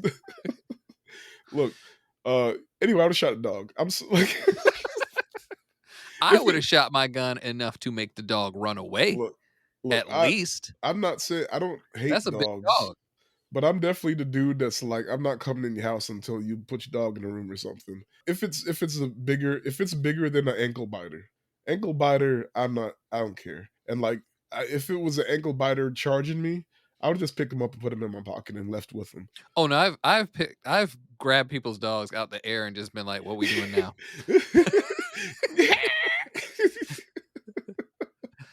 But no, like there's a lot to be said of a person that like doesn't like Yeah. give their visitors that space. You're supposed to like make your dog chill. A Look, lot of people don't. I'm not look, a fan of that you either. know that DJ Khaled meme with him leaning on the on the door frame, looking real pitiful, and the caption is me waiting for you to lock your dog up. That's me. Yeah. Look, and like if you ever see me with a big dog and my dog is, just like headbutting my crotch and I'm like laughing, that's a nervous laugh. Yes. I understand that completely. Help me, nigga. Like but yeah, I love animals, but I love animals from afar. I can deal with the chill ones like cats and stuff up close, and like I really love reading about them, watching them. But like all I see is like worst case scenario when something comes close to me, and if they're big enough or poisonous enough or something that can take me out, that's all I see if they're within proximity. Like something little like an ankle biter dog or a kitty cat, I'm good. I know I can win that fight.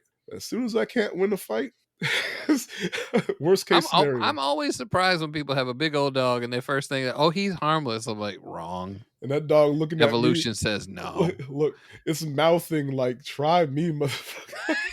It's licking its lips. But yeah, so shout out Fastbender for not killing the dog. He Yeah. better than me. Then we see Fastbender catching a flight out. The gate agent checks him and notices all his bruises, and he's like, "Welcome, Mister Grant. We'll let you know as soon as your flight begins boarding. Homeward bound, I hope." And that's like when he sees the bruises Yeah. and shit. Who's Mister Grant? I'm looking up Jefferson, K. Uncle, Lou Grant. From the Mary Tyler Moore show. Okay. Would not have remembered that. uh, and then on the plane, we see him sleeping like out. Like that fight wore his ass Yeah. out. It wasn't that cat napping he was doing in the beginning of the movie. Mm-mm. He None of was that. mouth was all open. Just I love how nobody in the airport like, oh, you're looking kind of rough. You all right? They just like, Mm, nope, we don't ask mm, those questions no more. nah. Look, my name is Bennett. Oh man. Nice. And then immediately we get another one. On behalf of Enterprise, Mr. Malone, have a safe driving day. The cashier tells Fassbender as he picks up another rental car, right? Yeah. He's got so many. Yeah. Normally you Like, see something like this, they have like one or two, and it's just like look, a I thought there was like three, maybe four the first time I watched it. And then the second time when I was actually taking count, there's mhm. so many. I think it's like nine or something when we're done. Oh, Sam Malone is from Cheers. Okay. Cheers. Ted Danson's character. I maybe should have known that one. Got you. Then he goes and stakes out his next target. A masseuse arrives and is there so long that Fassbender dozes off and eventually wakes up at night when the masseuse finally leaves. Side note, how long a massage last? Nah. What was he in there doing? Yeah. Yeah. That's a little much. And that joke is on purpose too. Ain't no way. Mm-mm. That's what she does in her off time. Get off. Podcast lane can't see me do that punch, but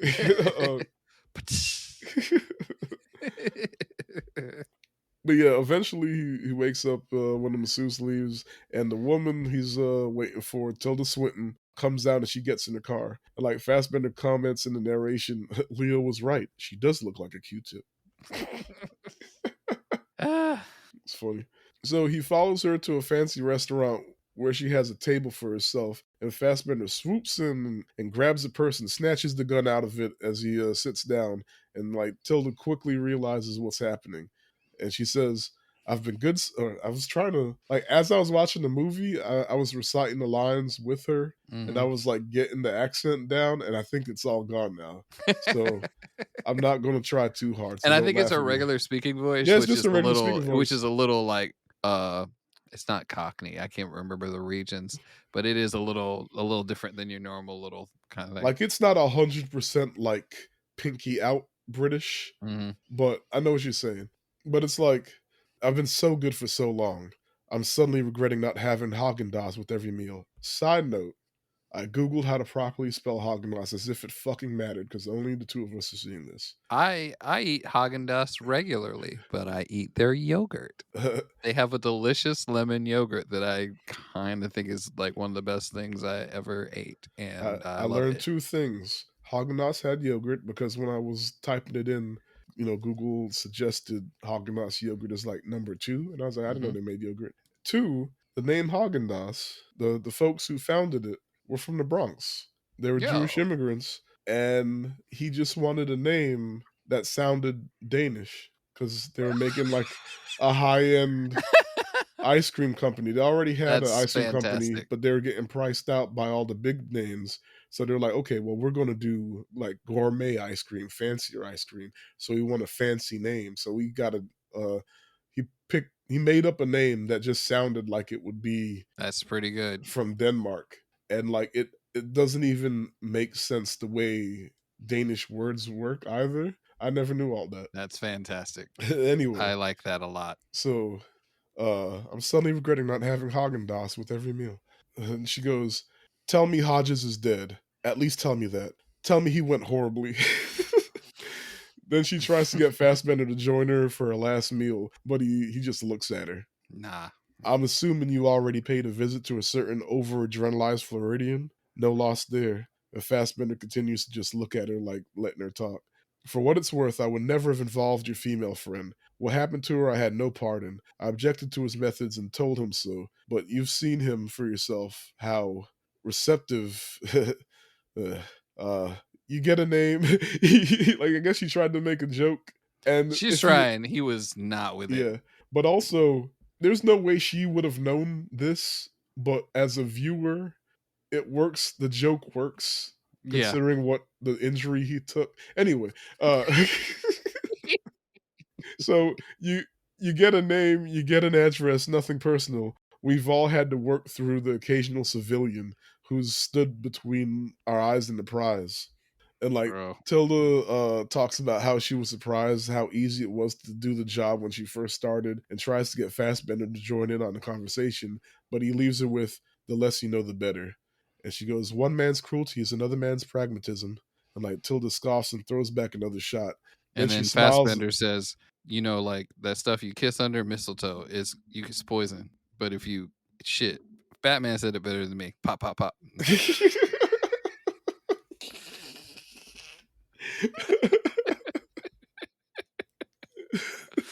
Yeah, But if it's obviously, got, that's not what happens. but yeah, so She's so trying to plead her case here. yeah, she's trying. She's trying really hard to. And then she smiles at him and she starts telling a story. Cause even though she's trying to plead her case, she's also figuring him out. Mm, And she goes, a hunter goes into the woods and he sees this grizzly. biggest he's ever seen. He raises his rifle and he fires. The bear falls. The hunter rushes forward, but then to his surprise, there's nothing there. There's no bear. There's no broken twigs. There's no blood. And then suddenly, the grizzly throws this massive arm around his shoulders and explains, "You took your shot. You missed. So either I feast, and the choice is yours, or I sodomize you." Naturally, the hunter chooses life. The next day, the hunter returns to the woods with a much bigger gun, and he spots the bear again. And he aims, he fires, the bear falls. The hunter charges, no sign of the bear, until the bear is standing beside him, saying, "You know the deal," and indignity ensues. The following day, the hunter treks back to the wood, this time with a bazooka. He sees the bear, lines him up in the crosshairs, fires. The recoil from the bazooka throws him backwards, and he looks up as the smoke clears, and there's the bear standing above him, arms crossed, and the bear squints. "You're not really out here for the hunting, are you?" Just ridiculous. And Fassbender sighs, and Tilda says, "This could have been a hit and run, carjacking, me falling on the ice, and yet here you are. Why the risk?" And he goes, desperate for conversation. And she goes, "I'm flattered, but no. You're here because you can't help yourself. Like that recent day when you shouldered your weapon and somehow missed." Fassbender takes the last glass of alcohol from her and he downs it. And like the waiter comes and she lets him clear the table, and then she asks if they wouldn't happen to have any ice cream in the back, and then the waiter's like, "I could get you a dessert menu," and then like Tilda looks at Fassbender because for a moment she thought she had him, Yeah. because when he grabbed that glass, like his composure broke, and like she thought the story got through to him, and she was like, "Okay, well maybe I kind of talked him out of it, and I could get this ice cream." And then he like kind of glares at her, and she's like, "Okay, no, I'm still about to die." Yeah. So she's like, "Nah, never mind, y'all can go." So they leave the restaurant and they like walk by the river, where they both agree is a good place for her to die, and she's still talking. Wow. She Last trying. yeah, right? Last minutes spent knowing they're your last minutes. I wouldn't wish that on my worst enemy, who, come to think of it at this moment, is you. You'll remember our conversation. You will. When your time does arrive, it won't be your eyes flashing before your eyes. It'll be mine. Nah. I suppose it'll be the closest I can hope to come to haunting you. And like they continue, and like Tilda goes down some steps and then she slips, and like there's snow and ice on the ground and she's in high heels, so it makes sense. And like she reaches for assistance from Fassbender, and she's like, "Help a girl out, won't you?" And by the time you process that the arm he's raising towards her has a gun in it, he already done shot her in the forehead, right? Yeah. Like he was like, I'm done. Yeah, like I thought he was about to help her out, and then by the time I was like, "Oh, that's a pop pop," or just one pop, and then like her body falls down the steps, and then like with his foot, like he rolls her over, and then you see that she had a knife in her other hand, and he goes, "Trust no one. This is what it takes."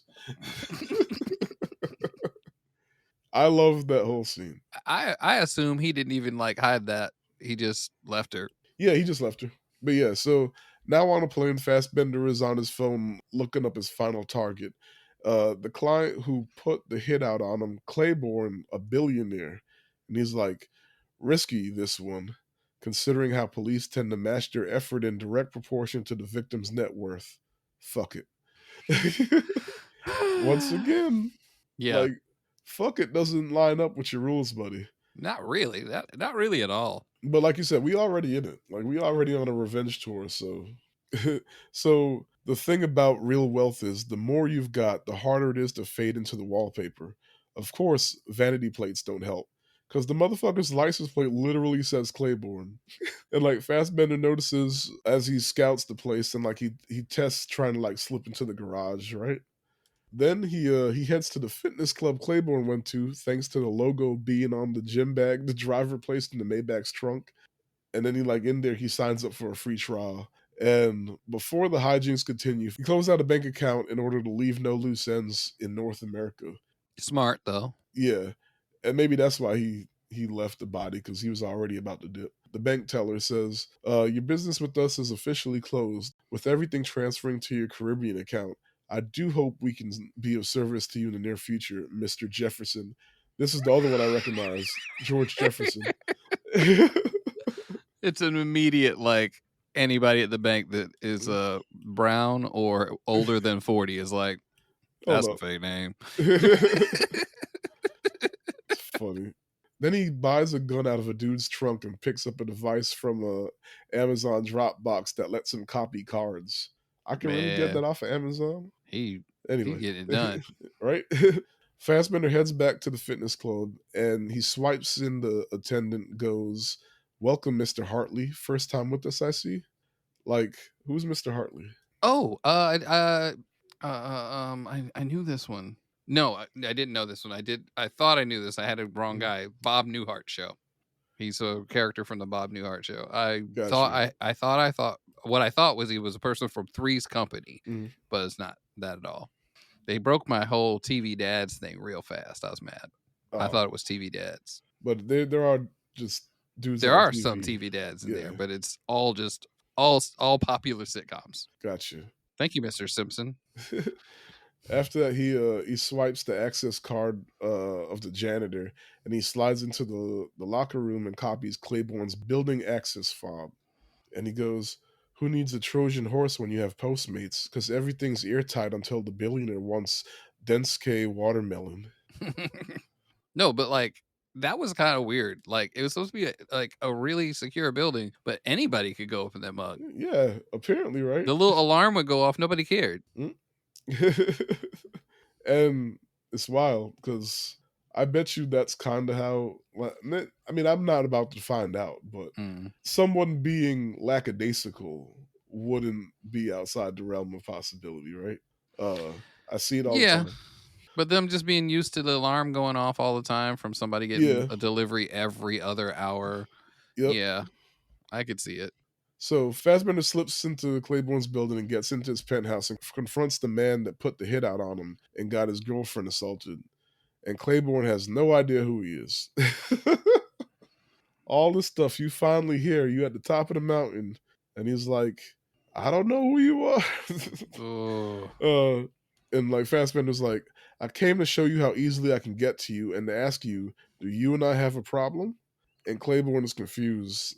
So Fassbender slides him the Rolodex note with his name on it. Then Claiborne asks Fassbender to hear him out because now he remember or now he realizes what's going on. took him long enough. Yeah, and he basically says he harbors no ill will about anything that may have happened or may not have happened. After the incident, he received a phone call from Hedges. He's meaning Ah, Hodges, but yeah, that he didn't as even a remember the name. yeah, It like means nothing to him. this is a billionaire asshole, right? Yeah. Like, and he asked, what is usually done in these situations, and like Hodges tells him, in this very rare case, he might want to arrange for an insurance in case there's any blowback. So for an additional 150,000, the trail would be scrubbed, and Claiborne agreed to that. And he says, "What I'm trying to say is, and I cannot express this enough, is I have no issue with you, zero." So pause. One, Mm, fuck Hodges, absolutely. because he didn't even have to say all that, but he's the one that it's almost like he wanted to punish Fassbender, right? Yeah. Because okay, now you done messed up my good name, kind of deal. So I'm gonna punish you. Because Claiborne didn't even know. He didn't even know. No, Like, it's like it was an afterthought, yeah, and he was just like, "I guess if that's what you do, yeah, that's what sure. you If that's do." what you do, sure. And then so he paid some more money. He's a billionaire. It's 150,000. Yeah, My thing is, if insurance was 150,000, what was the initial thing? yeah, Like, you think it was like something substantial, and that this is a little bit of money comparatively. So yeah. I don't know. What's the insurance on a rental car compared to what you pay for it? I don't know. That's a good question. I don't remember. It's I been don't know so these long. things. I'm gonna let it go. But yeah, so that's wild that he did all of this just to find out dude don't even know him, and Hodges was just being the asshole. Yeah. All this happened just because of that. But yeah, so Fassbender believes him because he at some point in the narration he's like, "All I need to do is see his eyes, and I'll know if he's telling the truth." And like Fassbender believes him, and he warns him that if anything happens, he'll be back, and you won't see it coming. He's Uh, like, maybe I'll leave a radioactive chip on your glass. Just and he just tells him a couple of wild ass scenarios to like fuck with him. And he was like, all right. I'll roll up in your house and I'll lick all the silverware, and you'll never know. And you can't just go buy more silverware because I'm gonna lick the inside of the drawer too. What? I'm gonna slide back in your penthouse, but this time I'm gonna bring my buddy with me. His name is Method Man, and he gonna sew your asshole shut and just keep feeding you and feeding you and feeding you. Anyway, Fassbender's not that cool. And like Fassbender believes him, and like he heads out. A Which smile, crushes me yeah. because But what did Leo he do? what did Leo? He could have left Leo. He killed poor Leo, who's just scratching and surviving. Leo Like, probably had a come couple on. kids. He's probably taking care of his mama. Kill Like, Leo, what in the left the world? billionaire. Just come Look, on. having said that, like logistically, I understand, but I'm not happy about it. Nah. Because that's why he said like the cops care in proportion to how wealthy the victim Right. is.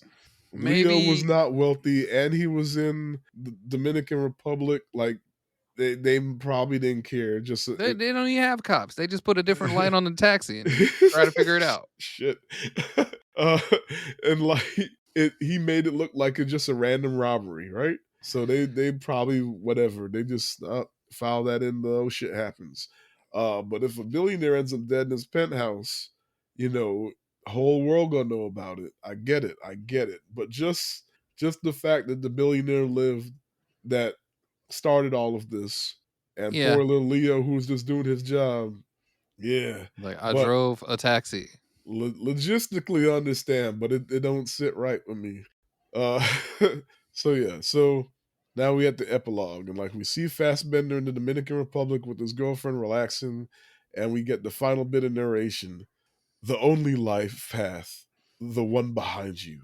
Oh, If in the brief time we're all given, you can't accept this, well, maybe you're not one of the few. Maybe you're just like me, one of the many.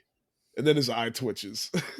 Cause once again, the subtext of the movie is the movie plays with if he's this cold blooded like instrument of death, or if he's an actual like a fucking sociopath, which is what being this like a professional assassin has to be, or if he's an actual human with emotions. And the yeah. thing about it is that there's an answer. The answer is he's a human with emotions. And we see that time and time again because he keeps breaking his own fucking rules and he keeps Yeah, reacting to stuff. And like absolutely. he has empathy, he has all these things, but he convinces him like that's why he says the rules like a mantra because he has to put himself into this mindset to get the job done. To he has to turn himself into this pompous Yes. asshole to cold blooded killer, like all that shit, that goofy shit. He like he has It's to inhale just his own smoke to it's turn like, himself yes, into that absolutely killer. that. Yeah, and I get it to an extent, but it's so funny that like he's done this all this time and he's never fucked up, and then he finally does, and it's like, oh shit, what? Because he convinced himself that he is that person. Yeah, absolutely. Meanwhile, he has a girlfriend that he actually genuinely cares for, and like, but nah, he is this cold blooded person that he's not. He's The not. only way to do a sequel to this movie is to go straight comedy. Yeah. Like, he is somehow just bordering on being a bumbling idiot, hmm but still trying to be like Dr. Stoic. I'm in control. Oh yeah, and like that's when Tilda Swinton figured him out, Hmm. and like, and she told the bear story.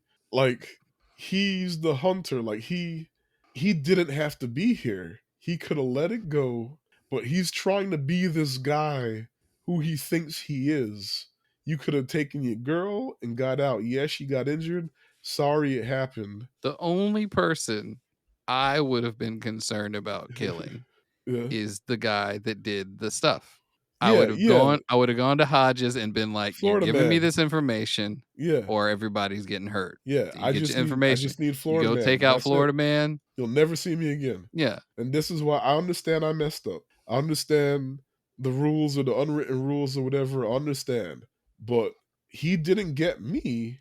He got my girlfriend and then yeah, he did things to her. I am killing this man. And one way and either I kill him or I'm killing everybody. So you make the decision. yeah. Get and like Which way even is if up? and even if Hodges wanted to be an asshole, Dolores ain't. No. I would have waited till Dolores got off work and been like, "Hey, Dolores," and she'd have been like, "Look, I got you here. I just, am just not about to protect this man. right. Look, I don't give a shit. Like, let me get home to my kids." And he would have been like, "All right, bet." And you know what? If he wasn't this jackass, that's how the movie would have went. But Yeah, he convinced himself that he's this dude, this this this freaking T. What is it? The T-1000 or whatever. Like yeah. That's pretty. he's not, and like that's the comedy of it. That like that he isn't this cold blooded killer.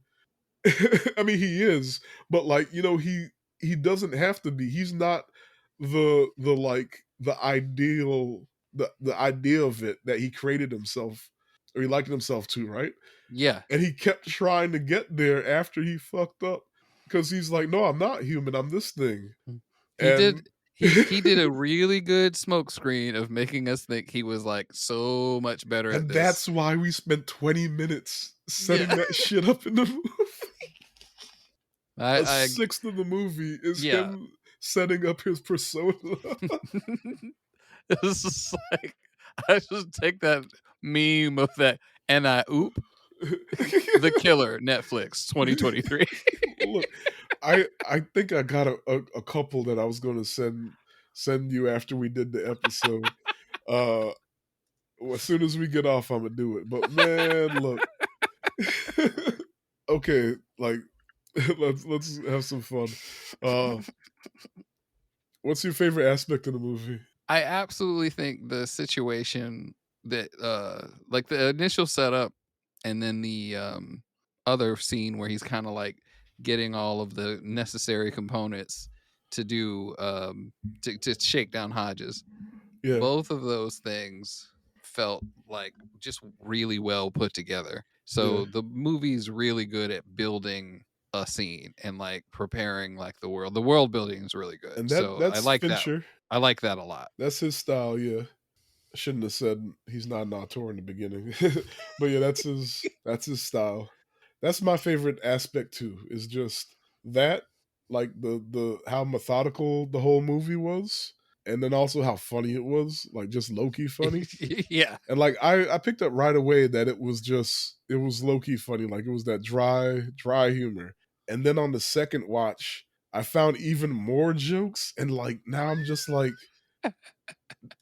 this is a comedy. This is like it's straight up a It comedy. very much might as well be a comedy. Like everything's almost a joke, and it's but it's so well like layered in there. But yeah, what's your favorite scene? I feel like the Hodges exchange is possibly it's in my top 3, but I guess like just any of the like sort of like almost heist like situations Yeah, where it's just like I need to get this and then this and then this. I got you. But the just the opening where he's Side like note, just we checking still everything haven't out done a is heist so movie. good. I guess we haven't. I mean, we had one that was like technically a heist. I forgot which one it was, but like we already established we love heist movies, and we still haven't done one. But yeah, go ahead. Uh we like the weirdest goofy thing is like this is one of those movies where like you could make a short film out of it by doing just up until he escapes in the beginning of the movie. Yeah, Like you could cut right there and that'd be you'd have a good short film. So I feel like the first scene is really really good. I got you. Or right or you could cut it right where he goes shit. Shit. Credits. Credits. uh I my favorite is the Florida Man fight scene was fun, but I love the Tilda scene because it's like she's holding she's slowly figuring him out as she just rambles, right? And like you could probably think that she's just kind of buying time, but really she's trying to figure out an angle to try and, see if she can get out of it. And she's trying to figure him out, and then she does, and she holds that mirror up to him, and he's like, he breaks composure, and he just grabs the drink and downs it, and she's like, "Got him." And then he's like, "Nah, you still gonna die though." Oh god. And then he starts trying to put himself back in the mindset because when they were walking, he started to do the mantra again. Yeah, She nearly walked him out of it, but it was not going to happen. He was too focused already. It was time yeah, to do the thing. yeah. Do you have a favorite quote? Um I don't think I do, or I don't know off Not the top of my head. particularly off the top of my head, no, either. Yeah, But I just how quickly him telling me the mantra would go sideways was always good.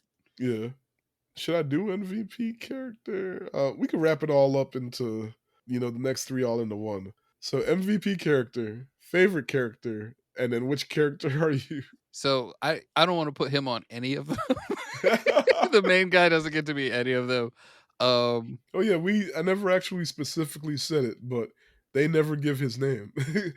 that's a good point. Yeah, he's He's credited as the killer, and like Tilda Swinton's credited as the the expert. expert. Yeah, and then The like the brute, Lord, I think. the brute is Florida Man. Yeah, Mhm. Uh but I want to say shout out to Dolores.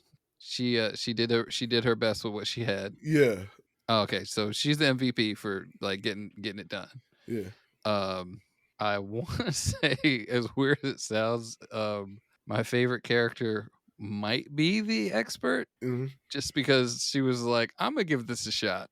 Why Yeah, not? Roll the dice, see where I'm at." yeah, Also, she had the very low maintenance style of having a knife. And yeah, I probably never talked to you about like psychopaths, but one of the scariest things in the anime psychopaths isn't all the crazy shit that people wild out and do. It's the fact that the most dangerous two people in the show have a snub nose revolver and a really small knife. They are the most dangerous people in the whole show. One of them got a like seriously like a folding switchblade, and the other guy has a 38. Like they are terrifying for that reason. Um, but then I said my favorite was the expert. Um, uh, I'm possibly Hodges. This is like fuck y'all. You don't come up in my house telling me what to do. I don't care if you tied me down. Hold on, Dolores. We'll be out of this in a second. I have been overconfident. Have you lost your mind? I have been overconfident in the past, so I can see me possibly I do. don't care how tie you or how hard you tie these zip ties. For me, MVP Dolores, because even though she had the biggest freak out of any character, she was still able to think through that Yeah, and be like, look, all right, I understand what's happening. You're going to kill me regardless. So just please do it in a way that lets my kids get insurance money. And I'll give you what you want. That's it. That's yeah, it. Like, we'll like, and she was still freaking out even after the fact, which is human. yeah. But she was still managed to be like, look, my kids, just do this. That's it. Uh, Favorite character, I guess Tilda Swinton. Yeah, Tilda Swinton, the expert, because I loved her whole little scene. Um, and which character am I? I think I was going to say Dolores. Uh, but I don't know if I'll keep cool I haven't been in that situation, so I can't say that. I don't want to say what I think. I might be the killer. I might be the killer.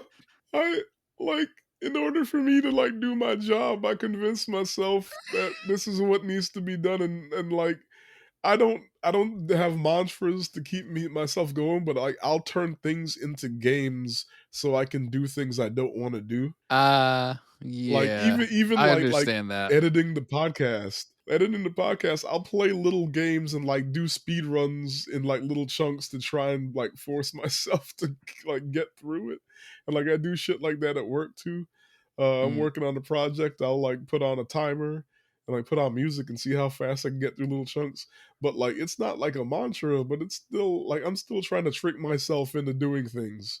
Um I'm not delusional though. Like I know I'm not where he is. He convinced himself he was. So maybe I'm not. But I am like, man, I got this. Oh shit. and He's I just he's just looking in the mirror going, "I am that bitch." yeah. And then I'm not, and I'm like, oh fuck. uh maybe. You know what? I'm Leo. Look, I was just man, I just You went to just do work your today. I didn't job. expect yeah, I didn't want today to go left. And now here I fucking am doing what I was supposed to be doing. God damn it. Like I don't know. But yeah, so final thoughts if you have any. Anything we didn't already talk about. I was really impressed with like the movie overall because Yeah. it made like probably like some hard choices because there's a lot of times they could have just like let a scene play out a whole different way, but what happened was way more interesting than what people would have expected. His see like he turned himself into an unreliable narrator immediately because how do we know he hasn't possibly already messed up a couple of times? And that's why dude was like, you know what? We could shoot him. Look, We ain't that losing nothing. We that shoot would be him. some shit if there was a post-credit scene and like you were looking at like the track record and he only got like a 42% kill rate or something like Yeah, that. That would because have been funny. he never does like a I never miss and I always succeed. He's just like talking about in the business things Yeah, can go sideways. It's like, yeah, you did that. That's you did that's that. funny. That's funny. Oh man. Yeah, I think I said all my thoughts. I love how I'm not gonna say how deep the movie was. It wasn't very deep, but I love the exploration it's doing, teetering between, you know, am I human or am I not? Yeah, But then it has an answer. It's not like vague. It's just like, nah, he's definitely human because he keeps breaking his rules and shit. He's right. just convincing himself he's delusional. uh like in a sense he's kind of failing upwards, but it was fun to watch. It was fun. Yeah. Ratings. My old school, same old. This would definitely be a recommended movie, just right off the bat. I don't know if a lot of people I know would. Be bored. Well, there'd be that whole Would thing not like, be is this bored. like a John Wick? And I'd be like, no, no, no, no. Very much not. Yeah. But overall, it was just like a fun movie that I think I'd like to see more stuff like that. It's just it. Maybe Netflix has a good intention and they'll continue to do stuff like this. uh for me, I when I first watched it, I was like 7.5. It's good. I don't know if it's great, but it's really good. I haven't watched it the second time and like talking about it with you. I might bump it up to 8. I think it's great because like it got funnier and funnier and like there's jokes that I completely missed and stuff. Like, and I thought I was catching all the jokes. Uh They slid some pretty good subtle Yeah, stuff in there. I real. liked it. Like I feel like if I watch it a third time, I'll catch more. And the fact that you could do that on top of me just enjoying the movie in general, I think Yes. that's great, right? That's grounds for greatness. So I'll say 8. 8. Definitely want to buy this DVD. That's not going to be a DVD because it's Hey, Netflix. maybe it'll be at the Netflix the brick and mortar. the Netflix blockbuster. There's one or two times a Netflix movie made it into the Criterion collection, Block so flicks. it's possible. It's definitely possible. There's a couple Netflix Criterions. Okay. So if it ever whatever way it comes out, I would get it just to have it in case I don't know Netflix ever becomes too expensive. We finally blow down the infrastructure. Yeah. Things fall apart. But yeah, sign off plugs. Oh well, yeah. I recently put out an evolving EP called Check on Your Friends. It's on my Bandcamp. I'm about to put the fourth song on it pretty soon here. It's just sort of an Oh shit, homage. your Scott Pilgrim song came out and I didn't even listen Oh to it. It wait, the came out. trailer or a new song? No, I'm saying you're the song that Oh, you're I have on. not listened to that at all. Okay, so now I don't feel so bad because No, you no. went through it. I feel weird because I have not listened to it at all. I just realized what you're talking about too. Yeah. Oh, good, but continue. I'm Oh sorry. yeah, so yeah, that's out. I'm my EP Check on Your Friends is out. You go over Bandcamp. There's 3 songs right now. I'm about to put a 4th song on it. As I complete songs that fit into it, I'll put them in there. Uh Go over the Patreon. You can see more about that. And then yeah, I'm on an EP by DJ Awesomeness Prime. It is called Fun with Flowers. There's a few songs on there. I'm a featured rapper. I don't know how it happened. I do know how it happened. It's embarrassing. It's a weird story. But go check that out. Tell me if I did good because I haven't heard it yet. It's also on Bandcamp. It's on Spotify. Fun with Flowers, DJ Awesomeness Prime. There's quite a few really good like actual nerd rappers on there. So it feels like thanks that I'm on there, but that possibly is why I'm nervous. But it's already out. There's nothing I can do. I just have to hit it with my mantra. What's There the you worst go. that could happen? There you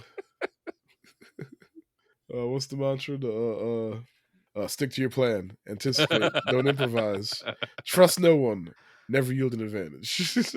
Yeah, you can follow the podcast at SGBK Podcast on Threads, Blue Sky. You can email sgbkpodcast at gmail.com. Follow me personally at Tifron on Letterboxd and Blue Sky. And next week we are doing Chevalier. I think that's streaming on Hulu. Can't wait to check that out. All right, guys. Thanks for joining us. Bye. Take care.